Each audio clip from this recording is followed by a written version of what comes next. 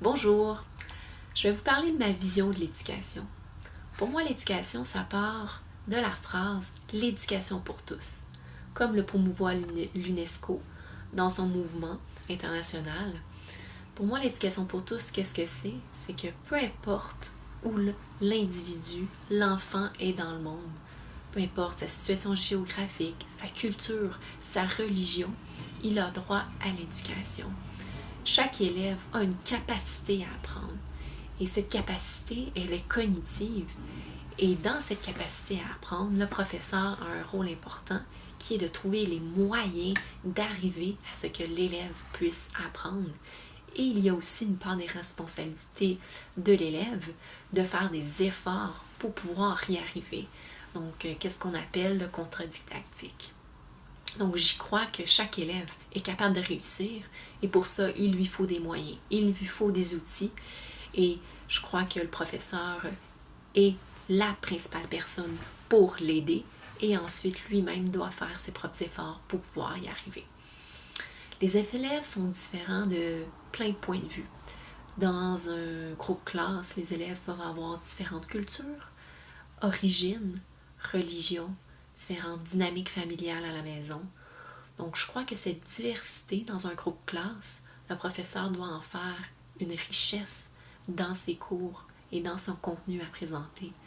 Donc, je le vois comme étant une façon d'aller chercher des exemples, des contextes qui se rapprochent des différents environnements socioculturels des élèves qu'il a dans son groupe. Donc, je crois que ces différences peuvent devenir, dans le fond, un plus-value pour le professeur si il l'utilise de la bonne façon. Également, dans un groupe classe, on peut retrouver des élèves qui sont avec différents besoins particuliers. Donc, comment, en tant que professeur, arriver à aider ces jeunes-là qui sont différents des autres pour qu'ils puissent apprendre au même niveau de façon équivalente et équitable. Donc, qu'est-ce que je crois ou qu'est-ce que je crois que je ferai si, en tant qu'enseignante, quand je vais être en classe avec ce type d'étudiants, je crois que je vais appliquer qu'est-ce qu'on appelle la pédagogie universelle ou parfois on l'appelle le Universal Design for Learning qui a été mis au point par M. David Larose en 1990. Donc, qu'est-ce que c'est que la pédagogie universelle? C'est d'adapter son enseignement à tous les types de personnes ou d'élèves pour qu'ils puissent comprendre.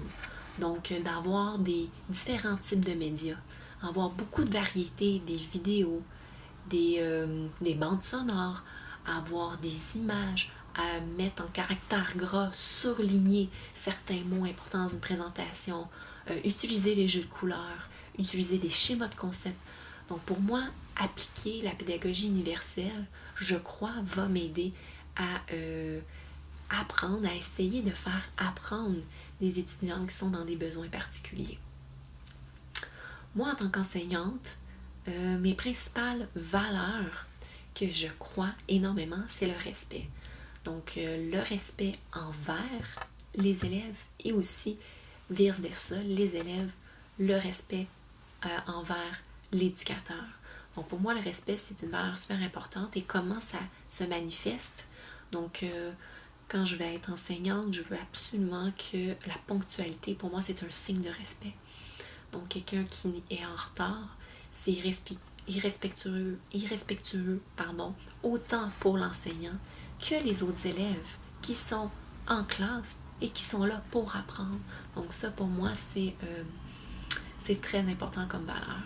Ensuite, une autre valeur à laquelle j'accorde une grande importance, c'est la communication. Donc, lorsque j'ai lu le texte de Pierre Bourgault, qui énumérait plusieurs conditions pour pouvoir maintenir l'attention des élèves en classe, et une de ces conditions-là, qui m'a vraiment accrochée, c'était la communication orale.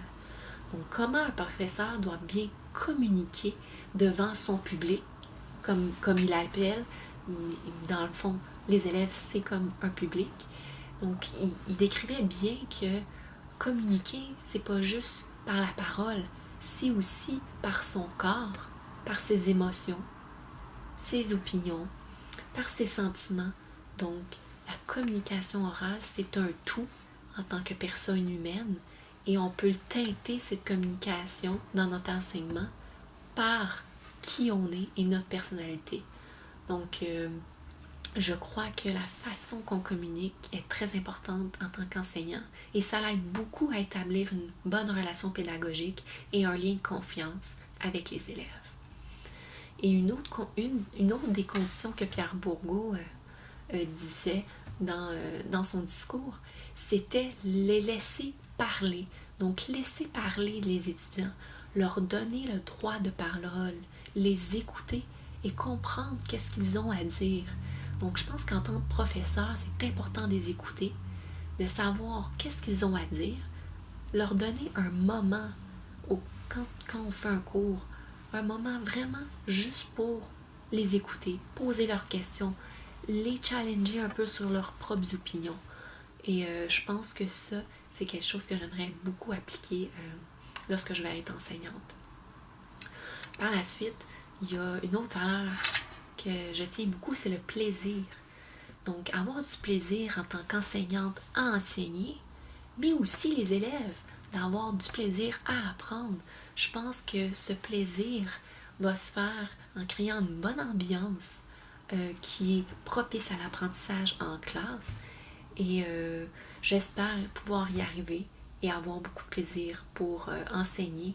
Et comme le dit si bien Michel de Montaigne, c'est de communiquer un feu, communiquer une passion.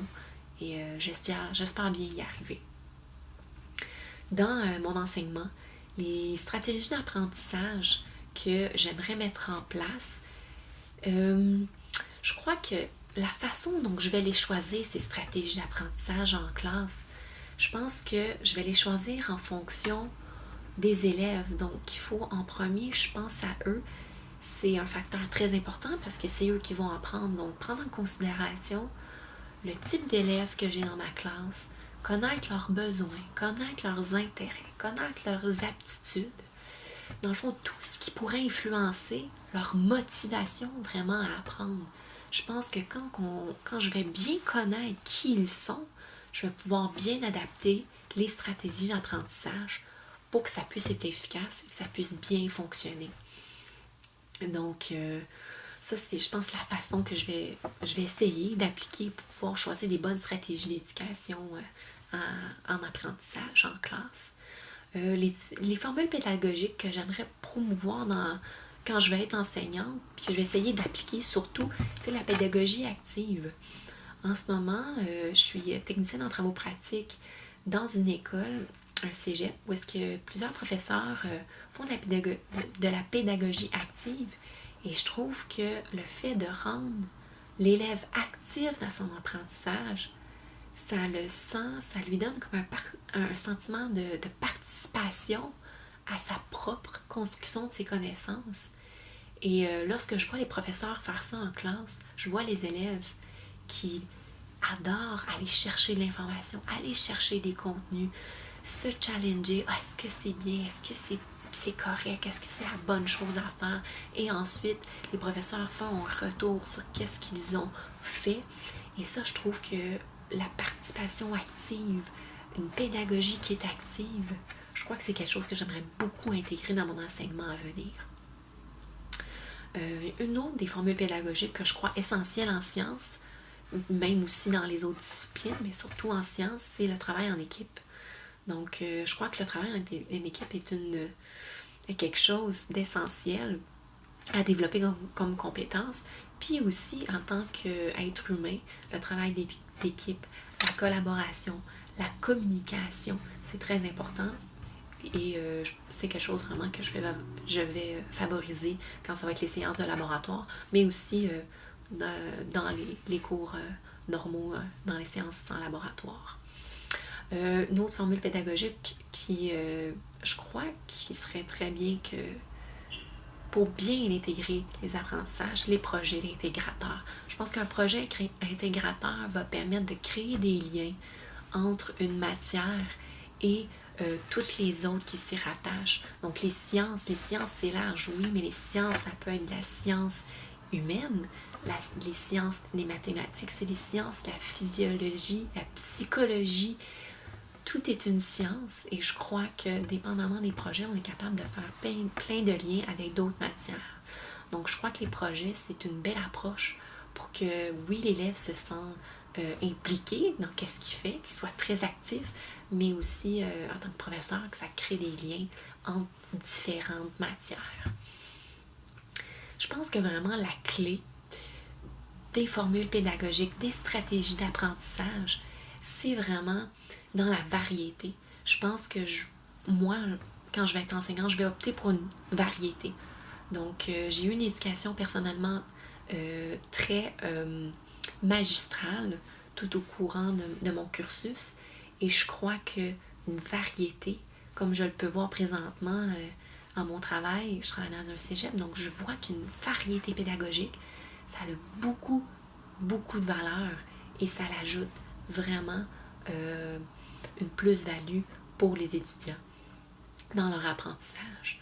Même si parfois je crois que ça peut être difficile faire des nouvelles situations d'apprentissage, essayer des nouveautés.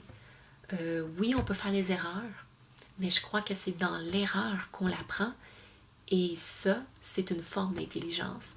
Donc, je pense que je vais en essayer. Puis lorsque j'aurai des moins bonnes situations d'apprentissage, bien, je vais y réfléchir, je vais voir les points positifs, négatifs et l'améliorer pour qu'au fil du temps, ça devienne une bonne situation d'apprentissage. Donc, voilà ma vision globale de l'éducation pour l'instant. Eh bien, merci beaucoup.